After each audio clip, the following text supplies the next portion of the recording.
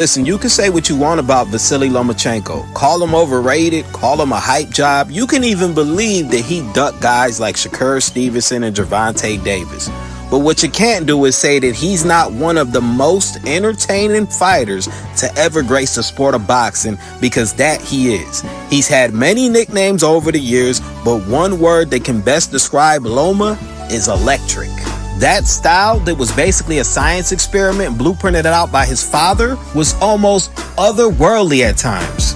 Credit to those Ukrainian dance classes his pops made him take as a kid. Because I mean, if you asked any boxing savant if they'd ever think to see someone with arguably better footwork than fighters like Hector Macho Camacho or Orlando Canizales, they'd probably say you're out of your damn mind. But here we were, honored to witness Vasily Lomachenko. Want to talk about gifted? Want to talk about talented? What this man displayed in the ring can never be overlooked. Listen, I know him starting his career later than most, and the top-ranked machine putting the battery in his back with early opportunities was enough to piss a lot of folks off when they tried to sell him as the greatest of all time, with comparisons to Muhammad Ali, Floyd Mayweather, Manny Pacquiao, But we cannot sit here and act like Loma wasn't marching up and down the ring on guys when he was put in position to. Maybe he did have his fair share of weaknesses. Maybe he was chinny at times, and it's really unfortunate that he could never win the big one and accomplish his dream of becoming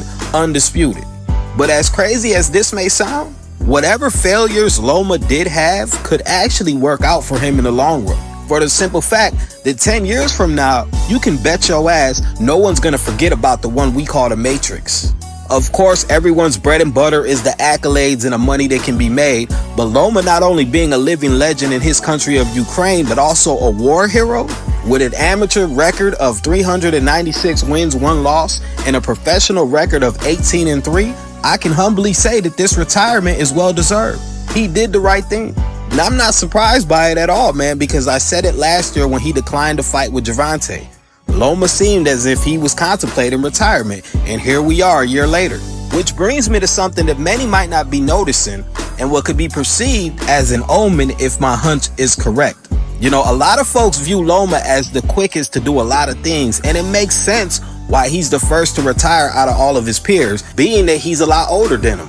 However, I also wouldn't be surprised if Lomachenko retiring just might be the first of a chain reaction. The reason I say this is because we all know Tank has went on record to contemplate retirement, and that more than likely will happen in the next couple of years. Notice how every time Teofimo Lopez ends up in an uncomfortable situation, he starts talking about retiring. Ryan Garcia is not only again in a space of the depression and mental illness that once made him retire before, but with him also having surgery and rehabbing 2 separate injuries, we may just end up left with the hand problems of Shakur Stevenson and the courtroom Haneys. And that's why fanboys gotta stop holding so much nuts, because we haven't really got to see all of these guys share the ring together. And that's because you guys approve of any fight they give us. But that's a whole nother story for another day. I'm just saying, man, this Loma retirement doesn't have to be that deep. It doesn't. But when you start to take a look around at the landscape, nothing really looks like a sure thing. I mean, Earl Spence may not ever be the same. Danny Garcia just recently hung him up. We know Crawford at 37 might not have too much left in the tank. No pun intended. Canelo and Inoue are both targeting a retirement year of 2027. So Lomachenko could be the first of many basically jumpstarting the end of an era as we know it. I mean, even if I was accurate when I said he was contemplating retirement, I definitely didn't think Loma dog-walking George Kambosos Jr. would be the last time we saw him in the ring. But hey, you just never know, man. Pop off.